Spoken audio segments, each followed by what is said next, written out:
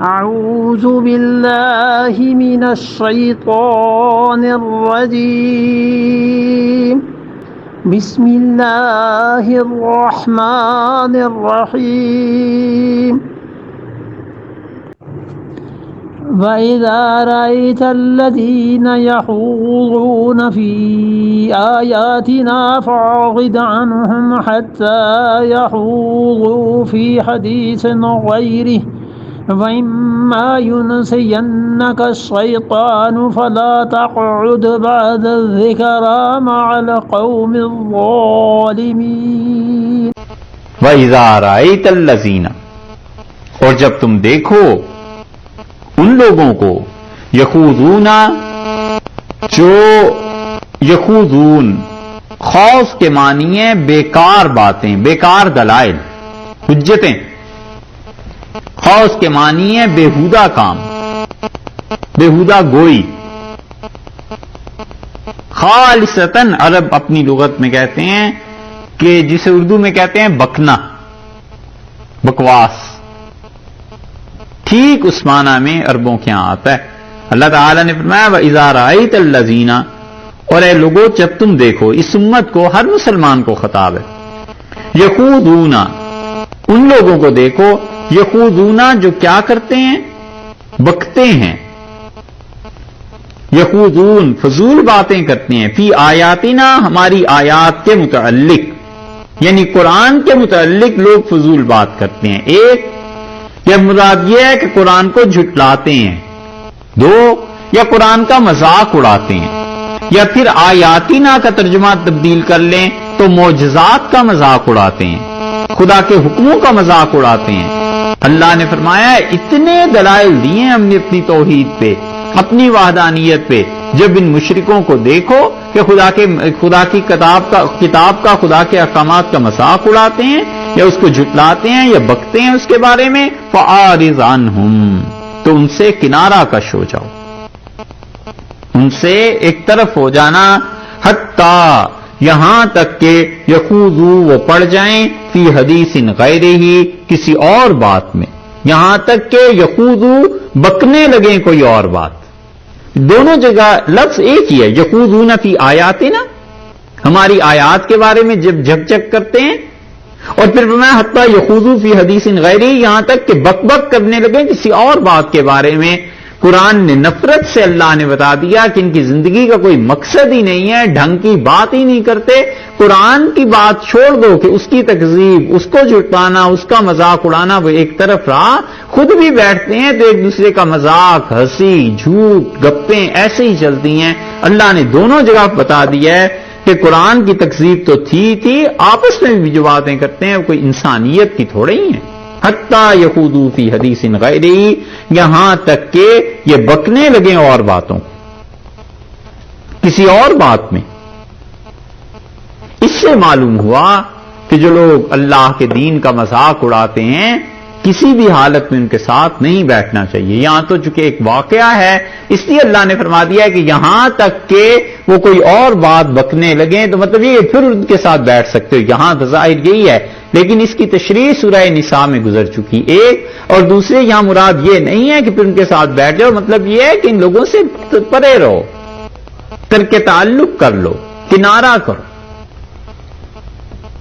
اور اللہ کی محبت کا بھی یہی تقاضا ہے کہ جہاں پر اللہ کی باتوں کا لوگ مذاق اڑائیں اور خدا کی ہنسی اڑائیں، وہاں انسان کیوں جائے اور کیوں بیٹھے؟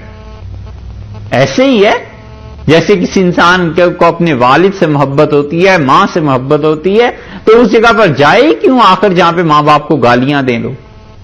غیرت آتی ہے نا، انسان پھر نہیں جاتا. انسان کہتا ہے اس جگہ پہ جا کر ہم نے کرنا کیا ہے؟ اسی لیے بہت سے لوگ،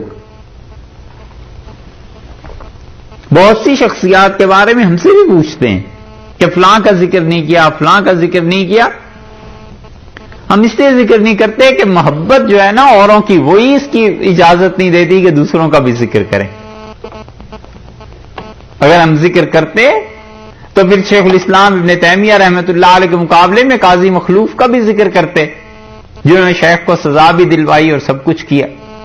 اور ذکر کرنا ہوتا تو ہندوستان کی تاریخ میں حضرت مجدد الفسانی رحمۃ اللہ علیہ کے مقابلے میں پھر شیخ عبدالحق صاحب محدث دہلوی کا بھی ذکر کرتے. اور شیخ عبدالحق صاحب محدث دہلوی اپنی عزت، احترام، تکریم، ان کا مقام، مرتبہ، حدیث کی خدمات سب ان کی مسلم اپنی جگہ پہ، لیکن حضرت مجدد الفسانی رحمۃ اللہ علیہ کے خلاف جو کچھ بھی انہوں نے لکھا سوائے حسد کے اور کچھ چیز نہیں تھی.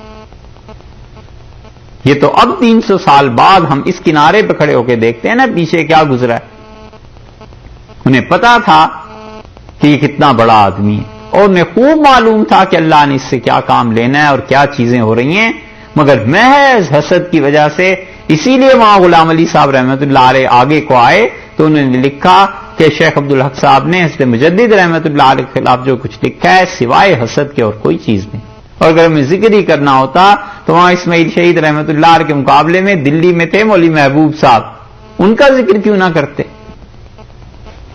لیکن غیرت بھی تو کوئی چیز ہوتی ہے یا نہیں؟ یہ ہے اللہ نے فرمایا ہے محبت اللہ کے ساتھ جب ہو تم کو زیادہ ہی ہونی چاہیے، ایمان کا تقاضا ہے. تو دیکھو جو ان چیزوں کا مذاق اڑاتے ہیں مت ان کے پاس بیٹھو، یہاں تک کہ وہ کسی اور چیز میں لگ جائیں، یعنی ان کے ساتھ بیٹھنا ختم کرو.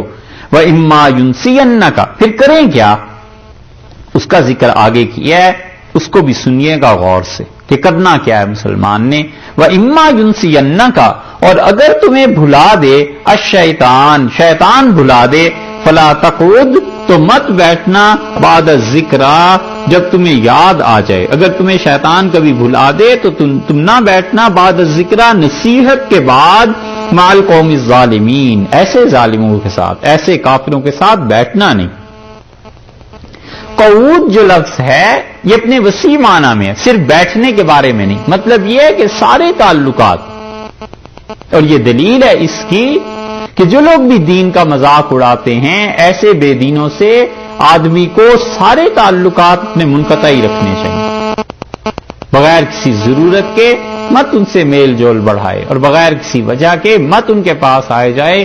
ایک ہی بڑی ضرورت ہے اور اس کے لیے مسلمان جاتے نہیں، باقی ویسے جاتے رہتے ہیں، اور وہ بڑی ضرورت انہیں دین کی دعوت دینے کی ہے جس کا ذکر اللہ نے اگلی آیت میں کیا. وہاں پہ بات کریں گے. اللہ نے منع کر دیا، اللہ نے فرمایا بالکل ان کے پاس نہ جاؤ، ان کے ساتھ تعلق نہ رکھو. اما ینسینک کا اس کے سب سے پہلے مخاطب تو حضور اقدس صلی اللہ علیہ وسلم ہو گئے کہ اگر بھلا دے آپ کو. تو اس پہ محدثین نے اور فقہا نے بحث کی ہے کہ کیا نسیان، بھولنا انبیاء علیہ السلام کے لیے ہو سکتا ہے یا نہیں. ایک بحث یہ کی ہے کہ سہو اور نسیان جو ہے بھول جانا اس پہ گرفت ہے یا نہیں. ابن نجیم رحمت اللہ علیہ نے الاشباح والنظائر میں کافی تفصیل اس کی لکھی ہے، اور وہ کتاب یہاں ہے نہیں، اس لیے کیا عرض کریں. ہم لوگوں کا بھی بس اتنا ہی ہوتا ہے، کتابیں ہوئی تو پڑھ لیا، نہ ہوئی تو کچھ یاد کہاں رہتا ہے. امام غزالی رحمت اللہ علیہ کے زمانے میں ڈاکہ پڑ گیا، غزالی جا رہے تھے، کتابیں اپنی ساتھ تھیں ان کی، تو ڈاکوؤں نے لے لیا اور انہیں دیکھا یہ لڑکا سا تو ہے، تو کسی ڈاکو نے مذاق میں مسئلہ پوچھ دیا. تو غزالی نے کہا کتابیں تم نے لے لی ہیں تو میں مسئلہ آپ کدھر سے تمہیں بتاؤں. تو اس نے کہا یہ اچھا علم حاصل کیا ہے کہ کتابوں کے بغیر تم جا ہی نہیں رہے.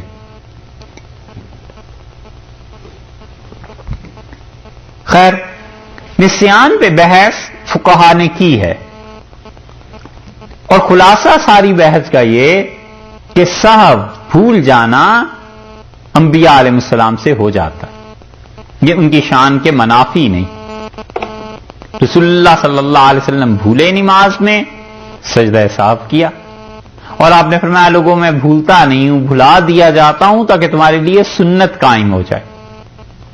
یہ چیز ہو جاتی ہے اللہ کی طرف سے. اسی لیے شیخ الاسلام امام حافظ ابن حجر اور نووی رحمت اللہ علیہ وہ یہ کہتے ہیں کہ انبیاء علیہ السلام کے لیے بھولنا ہو سکتا ہے. لیلۃ القدر کے بارے میں آتا ہے رسول اللہ صلی اللہ علیہ وسلم تمہاری بحث نے وہ مجھے چیز بھلا دی، اور اسے آخری عشرے کی کاک راتوں میں اب تلاش کرنا، اس لیے بھولنا ہو جاتا. اور بھی احادیث ہیں تفصیل سے کثرت سے ذکر کی ہیں، لیکن جو 2 مثالیں بھی کافی.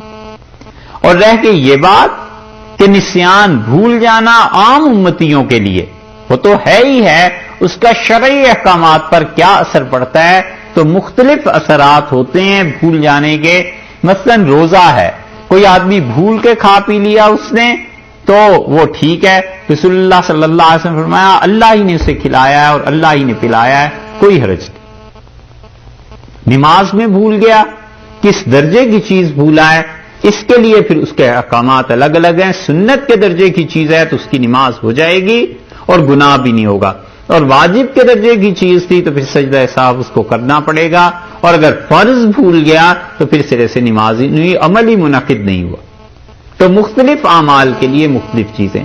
اسی طرح امانت ہے، امانت ضائع ہو گئی کسی انسان سے تو کہتے ہیں کہ اگر اس کی اپنی ذاتی غفلت سے ضائع ہوئی ہے تو اس امانت کو ادا کرے گا.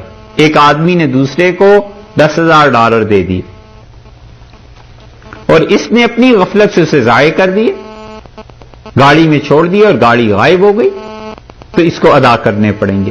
اور قدرتی آفت سے ضائع ہو جائے امانت، قدرتاً آفت آ گئی، کوئی مصیبت آ گئی، اس صورت میں امانت کی ادائیگی اس کے ذمے واجب نہیں رہتی، ضروری نہیں رہتی، اس پہ کوئی گناہ بھی نہیں. قدرتی طور پہ چیز ہو گئی، آگ لگ گئی الیاذ باللہ، اس میں چیزیں جل گئیں، یا کوئی آدمی بھول گیا کسی چیز کو، تو یہ جو بھولنا ہے نا اس کا، یہ اس کا نسیان اس معاملے میں امانت کے بارے میں اس کا اعتبار نہیں کیا فقہا نے. وہ کہتے ہیں کہ اس کو امانت دینی پڑے گی. تو اس لیے اس کے احکامات الگ الگ شعبوں میں الگ الگ. اللہ تعالیٰ نے فرمایا اما ینسینک الشیطان، اور شیطان اگر بھلا دے تمہیں فلا تقعد بعد الذکری مع القوم الظالمین، تو ان ظالموں کے ساتھ بالکل نہ بیٹھنا.